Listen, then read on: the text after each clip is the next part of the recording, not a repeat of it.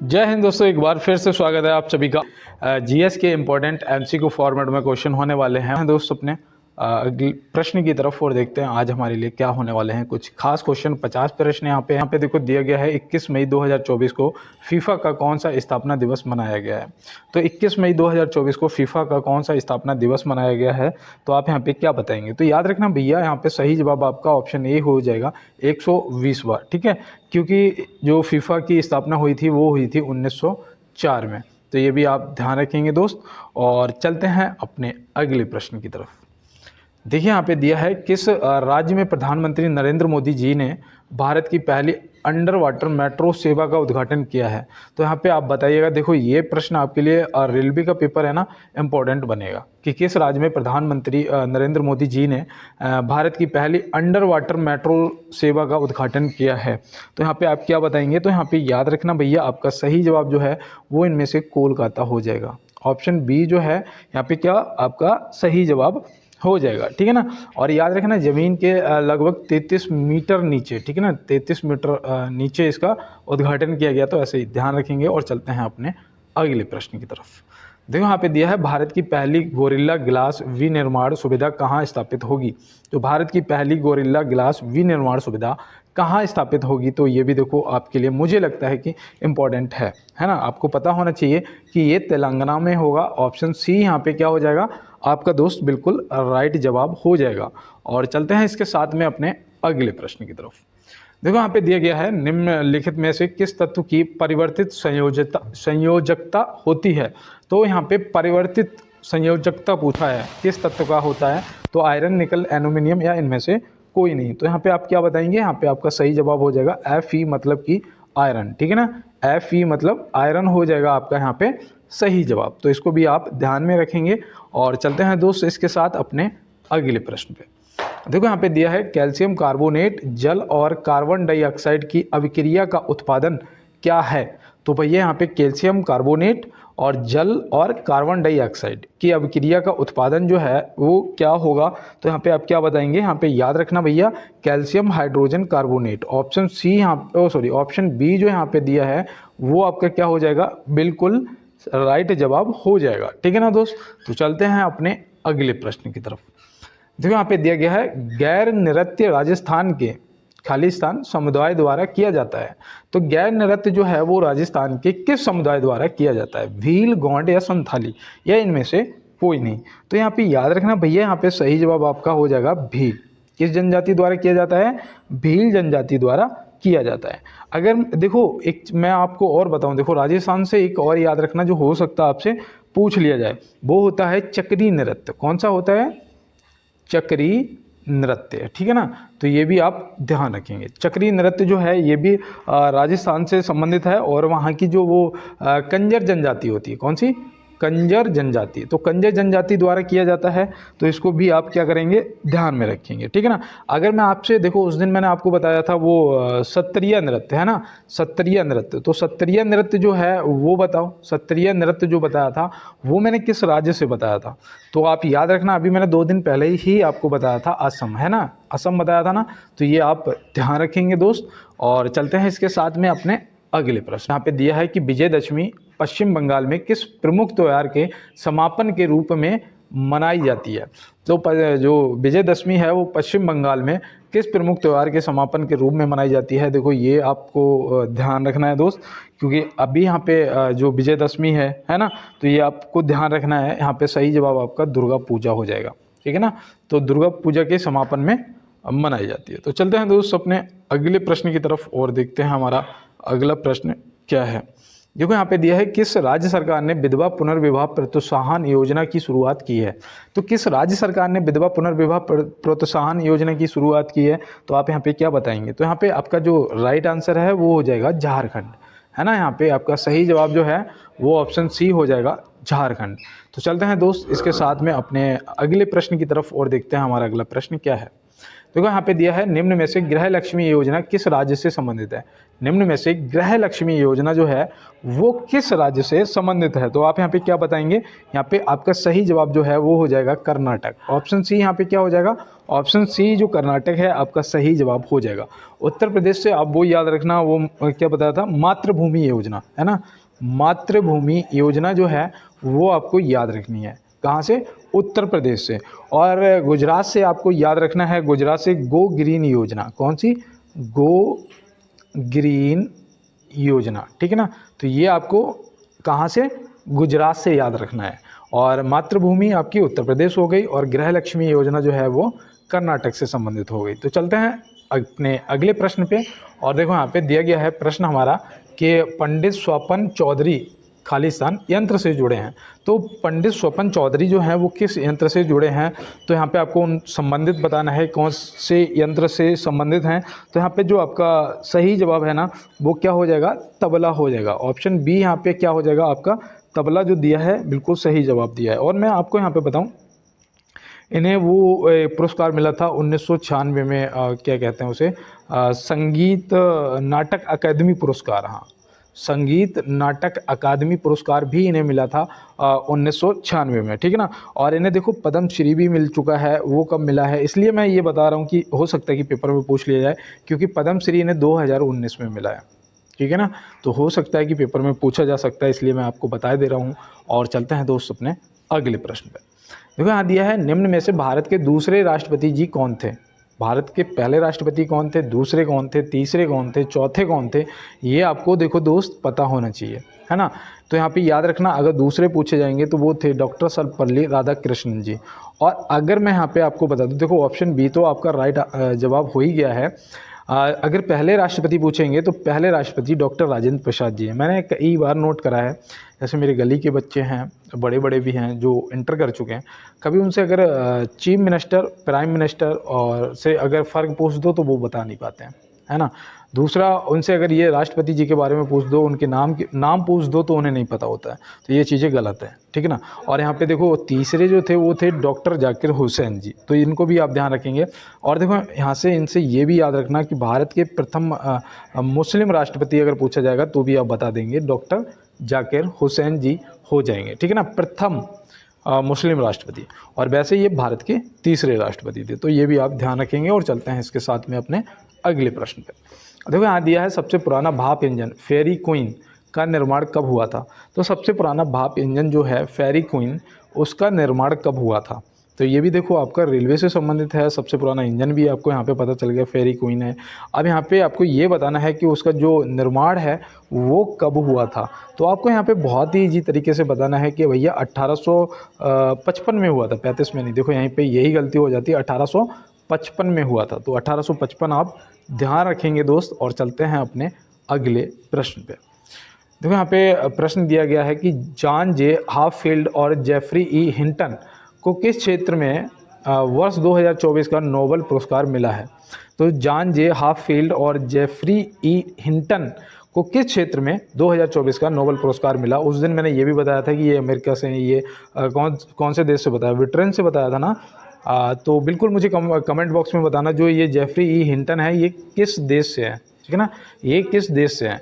इन्हें जो नोबेल मिला है 2024 का, वो याद रखना भौतिकी के क्षेत्र में मिला है, ठीक है ना। किसके क्षेत्र में? भौतिकी के क्षेत्र में मिला है। तो ये आप ध्यान रखेंगे और आप बताएंगे कि जेफरी ई हिंटन जो है वो किस देश से है। तो चलते हैं दोस्त अपने अगले प्रश्न की तरफ और देखते हैं हमारा अगला क्या है। तो यहाँ दिया है, निम्न में से भारत किस पड़ोसी देश के साथ सबसे लंबी सीमा रेखा साझा करता है? निम्न में से भारत किस पड़ोसी देश के साथ सबसे लंबी सीमा रेखा साझा करता है? तो यहाँ पे आप क्या बताएंगे? यहाँ पे आपको पता होना चाहिए, ठीक है ना। यहाँ पे ये तो होगा ही नहीं, ऑप्शन डी तो होगा ही नहीं। यहाँ पे अब 3 ऑप्शन बच रहे हैं, इन 3 में से आप बताइए कि किस देश के साथ सबसे लंबी सीमा रेखा। अब कोई चीन बताएगा, कोई पाकिस्तान बताएगा, कोई बांग्लादेश बताएगा, लेकिन यहाँ पे जिसने बांग्लादेश बताया है उसका बिल्कुल सही जवाब हो जाएगा। और देखो यहाँ पे दिया है कि विश्व की सबसे बड़ी रेल सुरंग किस देश में है? विश्व की सबसे बड़ी रेल सुरंग जो है वो किस देश में है? मैंने आपको ये बताया था कि सबसे लंबा जो रेल का वो है पटरी है वो किस देश में है। ये मैंने आपको पहले बताया था लगभग कल की क्लास में, है ना। और यहाँ पे मैं आपको आज मैं आपको यहाँ पे बताने वाला हूँ कि सबसे बड़ी जो सुरंग है वो किस देश में है। तो यहाँ पे जो सही जवाब है वो आपका हो जाएगा स्विट्ज़रलैंड, ऑप्शन बी। क्या हो जाएगा? स्विट्ज़रलैंड जो है वो ऑप्शन बी यहाँ पे हो जाएगा आपका बिल्कुल सही जवाब। ठीक है ना। अब मैं आपको ये बताऊँगा कि इसकी जो लंबाई है वो है 57 किलोमीटर। ठीक है ना। कितनी है? 57 किलोमीटर है। ये कब बनी थी? तो ये भी याद रखना 2016 में बनी थी। कब बनी थी दोस्त? 2016 में बनी थी। तो ये भी आप ध्यान रखेंगे। ठीक है ना। स्क्रीनशॉट ले लो और चलते हैं दोस्त अपने अगले प्रश्न पे। तो यहाँ पे दोस्त जो हमारा अगला प्रश्न है वो पूछा जा रहा है कि अंतर्राष्ट्रीय हॉकी मैच की समय अवधि कितनी होती है। ठीक है ना। अंतर्राष्ट्रीय हॉकी मैच की पूछी गई है। तो आपको हॉकी मैच की जो समय अवधि है वो पता होना चाहिए, है ना। तो यहाँ पे आप क्या बताएंगे? याद रखना ये अब जो है वो 60 मिनट की है। कितनी? 60 मिनट। ठीक है ना। ऑप्शन ए जो है सही हो जाएगा। यहाँ पे मैं आपको एक बात और बता दूं कि 2019 से पहले, है ना, ये 70 मिनट हुआ करती थी। कितनी? 70 मिनट। अब यहाँ पे जो आपका राइट आंसर है वो 60 मिनट हो जाएगा। देखो जो 90 मिनट है ये पता किसकी होती है? अगर आपने टिक किया है तो मैं आपको बता दूं, ये होती है फुटबॉल की। किसकी होती है दोस्त? फुटबॉल की होती है 90 मिनट। और जो अंतर्राष्ट्रीय हॉकी मैच है उसकी होती है 60 मिनट, जो कि ऑप्शन ए में दिया गया है।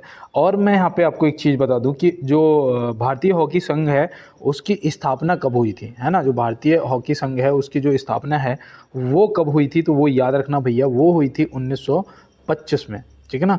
और यहाँ पे एक प्रश्न और बनता है कि जो ओलंपिक में हॉकी कब शामिल हुआ था? तो याद रखना भैया 1908 में हुआ था। कब हुआ था? 1908 में हुआ था। तो ये भी आप ध्यान में रखेंगे। तो चलते हैं दोस्त अपने अगले प्रश्न की तरफ और देखते हैं हमारा अगला क्या है। देखो यहाँ पे दिया गया है कि अटलांटिक महासागर को प्रशांत महासागर से जोड़ती है। अटलांटिक महासागर को प्रशांत महासागर से पनामा नहर जोड़ती है, सुएज नहर जोड़ती है या सुपीरियर जोड़ती है। तो मैं यहाँ पे आपको बता दूँ जो आपका राइट आंसर है वो हो जाएगा पनामा नहर। क्या हो जाएगा? पनामा नहर। ऑप्शन ए जो यहाँ पे दिया है वो आपका हो जाएगा बिल्कुल राइट आंसर। अगर इसके निर्माण की बात करें कि इसका जो निर्माण है वो कब हुआ था, है ना, इसका जो निर्माण है वो कब हुआ था, तो आपको पता होना चाहिए कि 1914 में हुआ था। कब हुआ था दोस्त? 1914 में हुआ था। इसकी जो लंबाई है, जो लेंथ है वो कितनी है, तो वो भी आपसे पूछा जा सकता है। तो याद रखना भैया 82 किलोमीटर है। 82 किलोमीटर इसकी लेंथ है। तो ये भी आप ध्यान में रखेंगे। तो चलते हैं दोस्त अपने अगले प्रश्न की तरफ। अब भी अपने भाई को थोड़ा सा यार सपोर्ट कर दो। जो भी नए दोस्त मेरे साथ जुड़े हैं लाइक वाला बटन जरूर दबाएंगे। और बाद बाकी हमारे जितने पुराने दोस्त हैं वो तो सब परमानेंट लाइक करते हैं। ठीक है ना। और थोड़ा शेयर कर लेना अगर नए मेरे साथ जुड़े हो, और बेल आइकन को भी दबा लेना। और अगर हो सके तो यार इतनी सी हेल्प करना कि क्लास को थोड़ा सा दोस्तों के साथ में अपने किसी ग्रुप में ज़्यादा से ज़्यादा यार शेयर कर देना। ठीक है ना। और देखो प्रश्न पे चलते हैं। देखो हाँ दिया है, वेग परिवर्तन की दर को क्या कहा जाता है?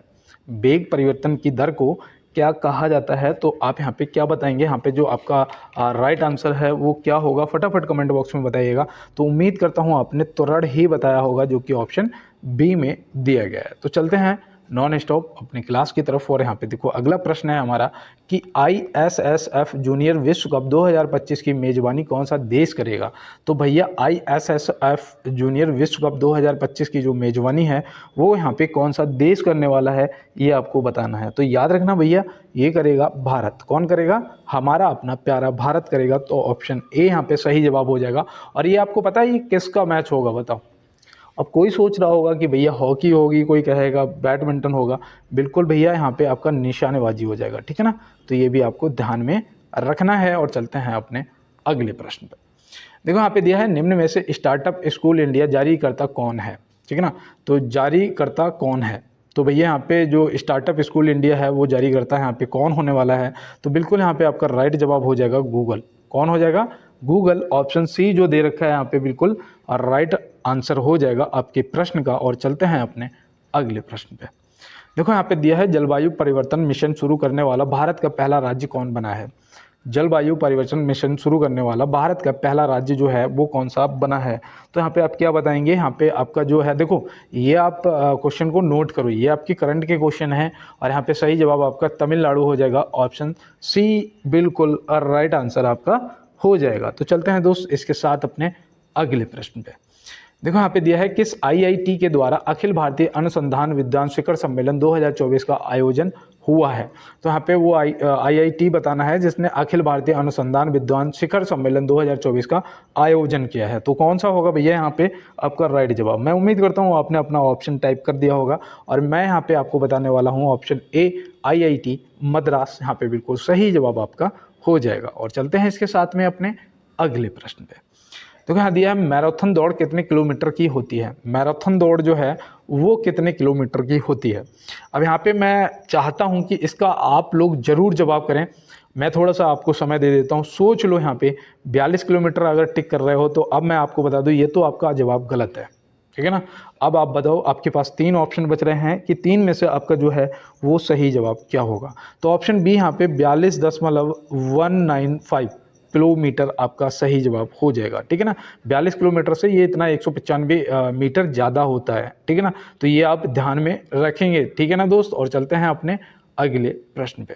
देखो यहाँ पे दिया है साल 2024 का साहित्य का नोबेल पुरस्कार हान कांग को प्रदान किया गया, वह किस देश की हैं? तो भैया ये किस देश की हैं यहाँ पे आप बताइएगा। देखो ये जितने नोबेल पुरस्कार हैं ये आप ध्यान रखना, इनकी शुरुआत 1901 में हुई थी अल्फ्रेड नोबेल के नाम पे, है ना। तो ये आप याद रखना। हमारे पहले रविन्द्रनाथ टैगोर जी को कब मिला था? 1913 में गीतांजलि के लिए मिला था, है ना, गीतांजलि के लिए मिला था।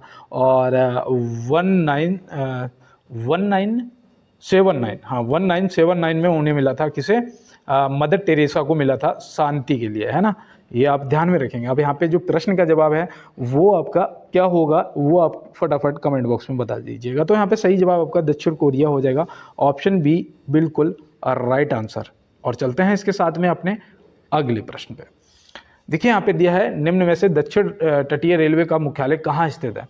निम्न में से दक्षिण तटीय रेलवे का जो मुख्यालय है वो कहाँ पर स्थित है? तो आप यहाँ पे क्या बताएंगे? तो यहाँ पे सही जवाब आपका विशाखापत्तनम हो जाएगा। क्या हो जाएगा?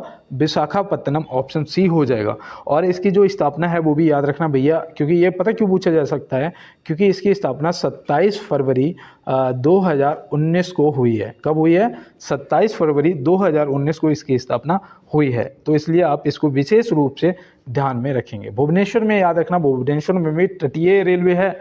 वो कौन सा है? कौन सा तटीय रेलवे है? तो याद रखना भैया पूर्वी तटीय रेलवे है। कौन सा? पूर्वी तटीय रेलवे है जो कि भुवनेश्वर में स्थित है। और इसकी स्थापना भी आपको याद रखना भैया 1 अप्रैल 2003 में हुई है। कब हुई है? 1 अप्रैल 2003 को इसकी स्थापना हुई है। और देखो जो पूर्व रेलवे है वो कोलकाता है आपका, ठीक है ना। जो आपका पूर्व रेलवे है वो आपका क्या हो जाएगा? कोलकाता हो जाएगा। तो ये पूर्वी रेलवे भी आपको याद रखना है। और यहाँ पे सही जवाब आप ऑप्शन सी विशाखापत्तनम होगा। और चलते हैं अपने अगले प्रश्न पे।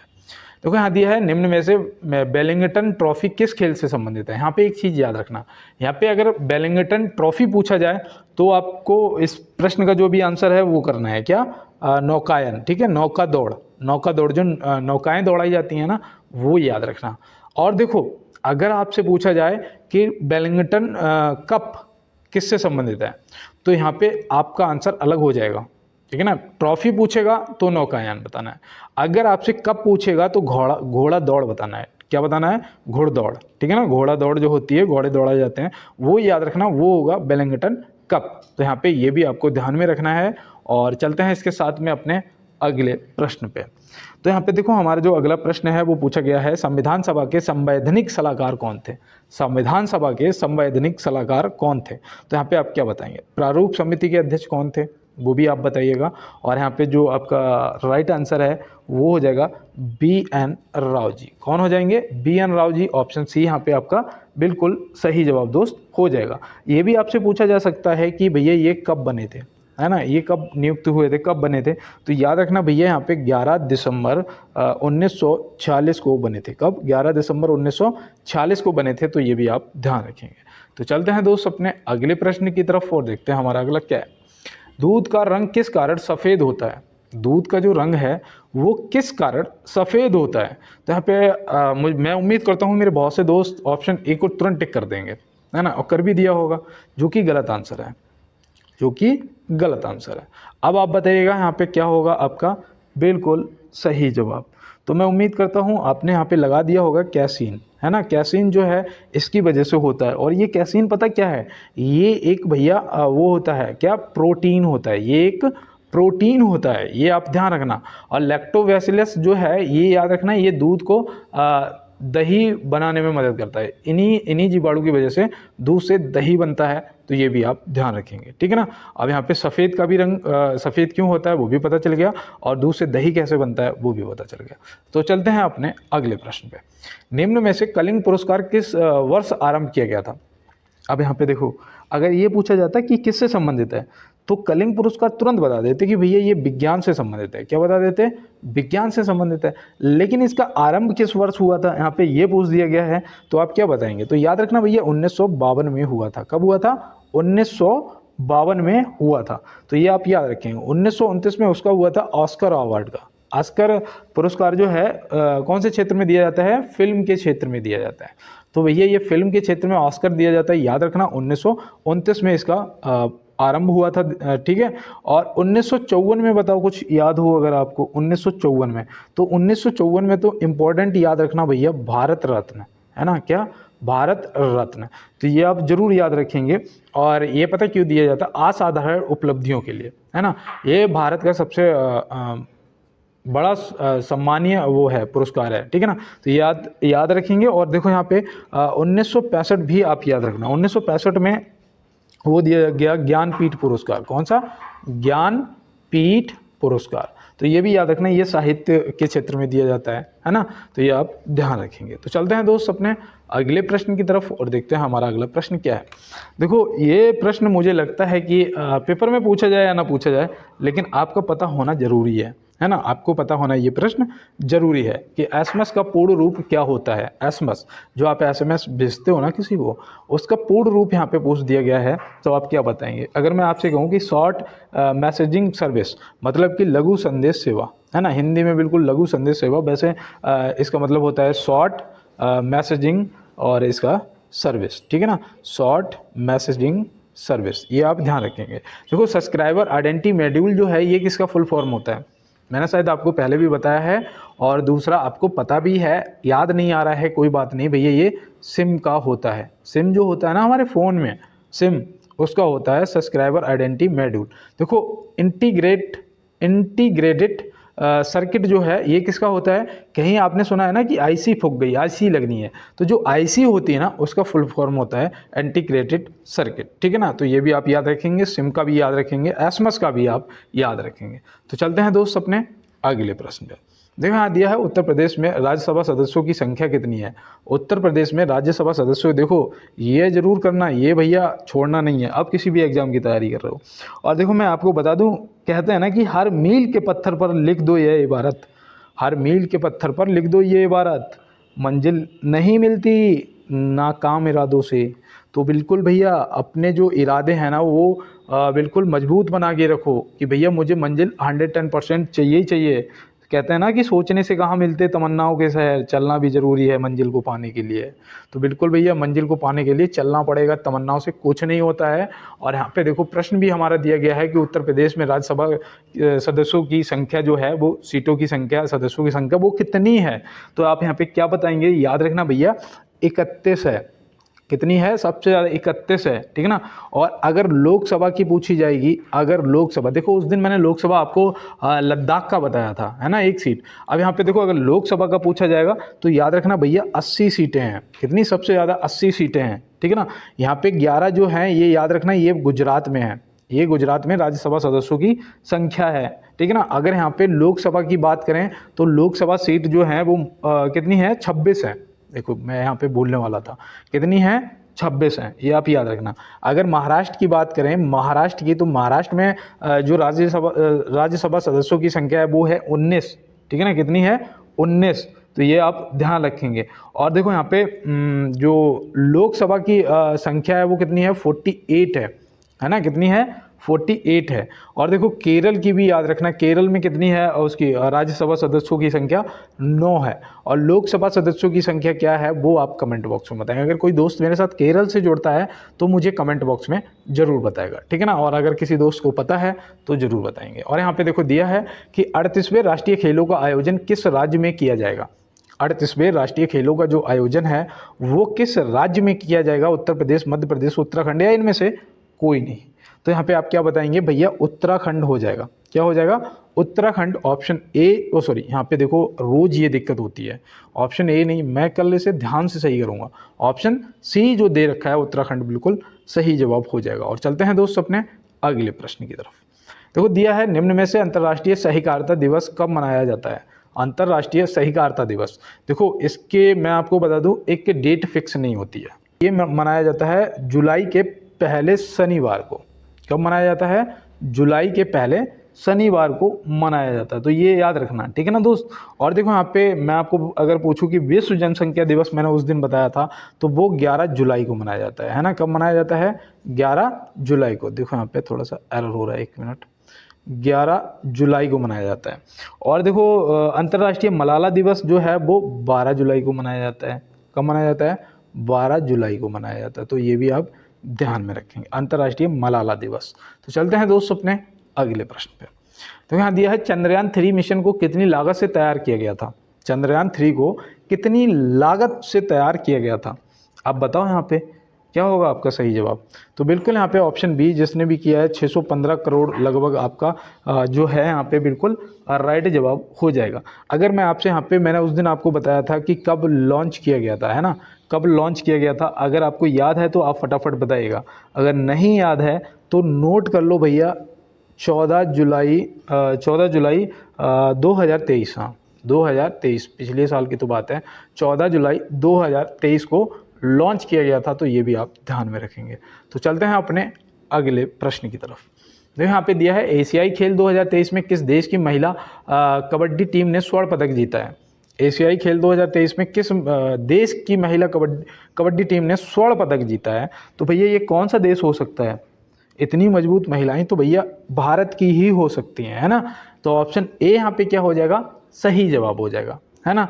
बिल्कुल दोस्त, और इसको नोट कर लो, इसका स्क्रीनशॉट ले लो, और चलते हैं अपने अगले प्रश्न की तरफ।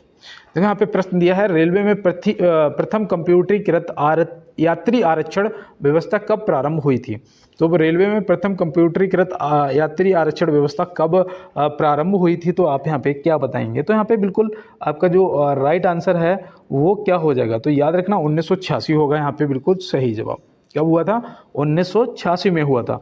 और दूसरा मैं आपको बता दूं, डेट भी याद रखना, 20 फरवरी थी। क्या थी? 20 फरवरी 1986 यहाँ पे बिल्कुल सही जवाब आपके प्रश्न का हो जाएगा। और चलते हैं इसके साथ में अपने अगले प्रश्न की तरफ। यहाँ पे दिया गया है, प्रधानमंत्री जी ने हाल ही में इंडियन इंस्टीट्यूट ऑफ स्किल का उद्घाटन कहाँ किया है?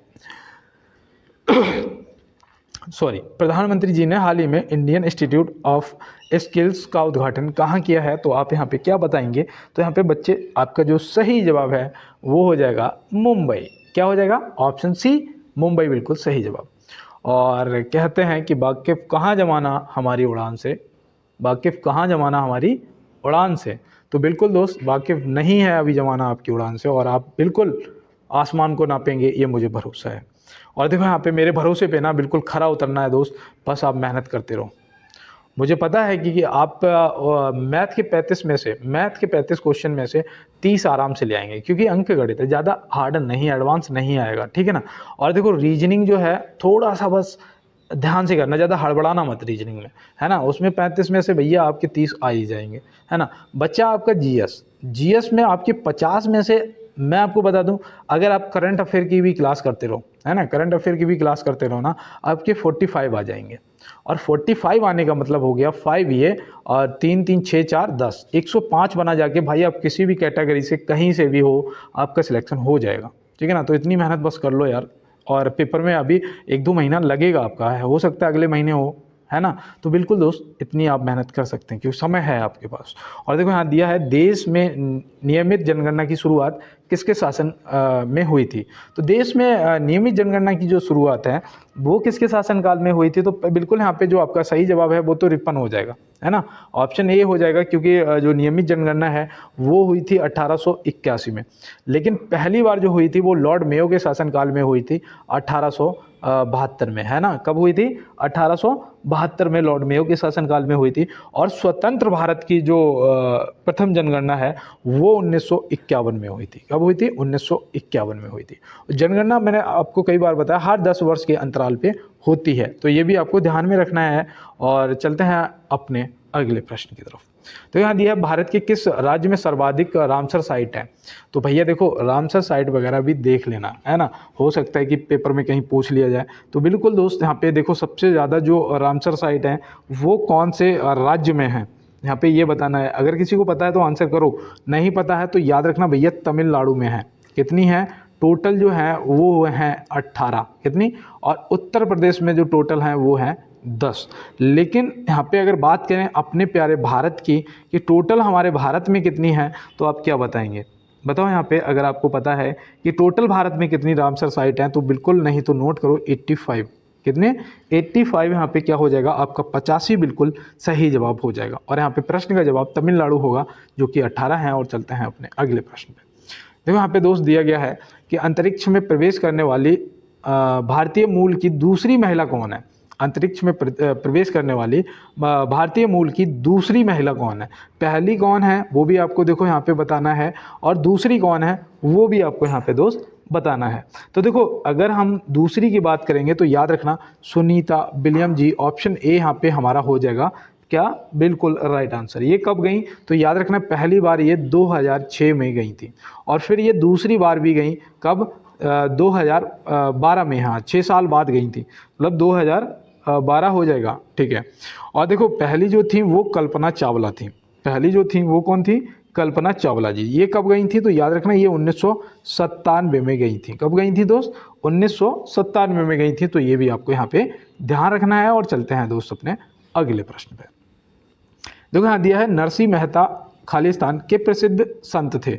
तो नरसिंह मेहता वाज, यहाँ पे Narsinh Mehta was a famous saint of, क्या बताना है भैया किसके प्रसिद्ध संत थे। तो बिल्कुल दोस्त यहाँ पे जो आपका सही जवाब है वो क्या होगा, वो यहाँ पे हो जाएगा गुजरात के। किसके थे? गुजरात के प्रसिद्ध संत थे। तो ये भी आपको ध्यान में रखना है। और चलते हैं अपने अगले प्रश्न पे। देखो यहाँ पे दिया है भारत में चिश्ती सिलसिले को किसने स्थापित किया था। भारत में चिश्ती सिलसिले को किसने स्थापित किया था, तो आप यहाँ पे क्या बताएंगे? तो यहाँ पे याद रखना ख्वाजा मोइनुद्दीन चिश्ती या फिर शेख मोइनुद्दीन चिश्ती लिखा हुआ मिलेगा, तो ये आपको ध्यान रखना है, ऑप्शन सी, ठीक है ना। इनकी जो कब्रगाह है वो कहाँ है, तो वो शायद अजमेर में है ना, अजमेर में है ना। तो ये भी आप ध्यान रखेंगे, हो सकता है कि पूछ लिया जाए। और चलते हैं अपने अगले प्रश्न की तरफ। तो यहाँ दिया है बाबर ने पहली बार पश्चिम में कहाँ से होकर भारत में प्रवेश किया था। तो भैया देखो बाबर जो था वो मुगल वंश का संस्थापक था, है ना। मुगल वंश का संस्थापक कौन था, तो वो भैया अकरंता बाबर था, ठीक है ना। ऐसे आप ध्यान रखना, अकरंता बाबर था। और ये इसने भारत में पंजाब से प्रवेश किया था, ठीक है ना।